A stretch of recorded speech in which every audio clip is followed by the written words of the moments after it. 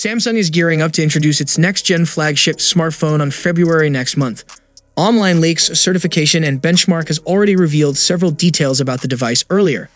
The Galaxy S23 Ultra with 8 GB of RAM has appeared on Geekbench numerous times, and now a 12 GB variant of the device, also with the model number SMS918B, has been discovered on the same benchmark site. The S23 Ultra in this instance delivered a good single-core score of 1495 points while also churning out a rather tame multi-core score of 4647 points. The flagship smartphone will arrive with a supposedly custom 8-core Snapdragon 8 Gen 2 SoC that can hit a tweaked prime core clock rate of 3.36 GHz. There's certainly nothing to be concerned about with the single-core score, with this particular S23 Ultra closing in on the 1500-point mark.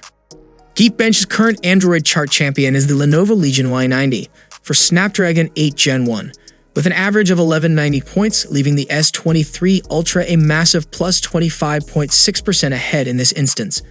Other Snapdragon 8 Gen 2 phones, such as the Xiaomi 13 and Xiaomi 13 Pro, have produced similar high single-core scores. The Galaxy S23 Ultra with 12 GB of RAM is certainly no slouch here. However, the multi-core score for the S23 Ultra is only 4647 points. While this smashes anything in Geekbench's charts, it lags behind both the results managed by the 8 GB Galaxy S23 Ultra and other Snapdragon 8 Gen 2 devices. For example, the Galaxy S23 Ultra with 8 GB hitting a multi-core score of 5179 points, which is a good plus 11.4% more than the 12 GB model in this case. It may be a little lackluster at the moment, but hopefully there is still more to come before the Galaxy S23 launch event.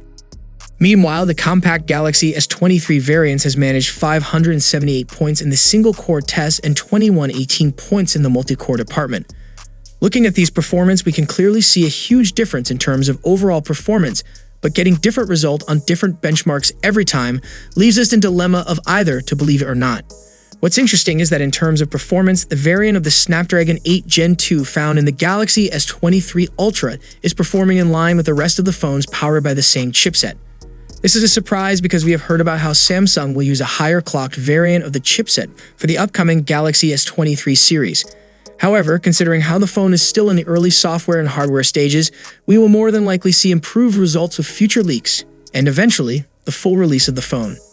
Based on the leaks and other information we have on the phone, the Galaxy S23 series looks like a minor upgrade over the previous generation.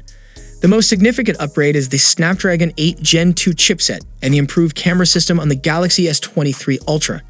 This is not bad because Samsung has been doing good in design and other aspects, and their user experience is excellent too. So what do you guys think about the upcoming S23 lineup? Let us know your opinion on these benchmarks in the comment section, and I'll see you guys in the next one. See you for the next time. Peace out.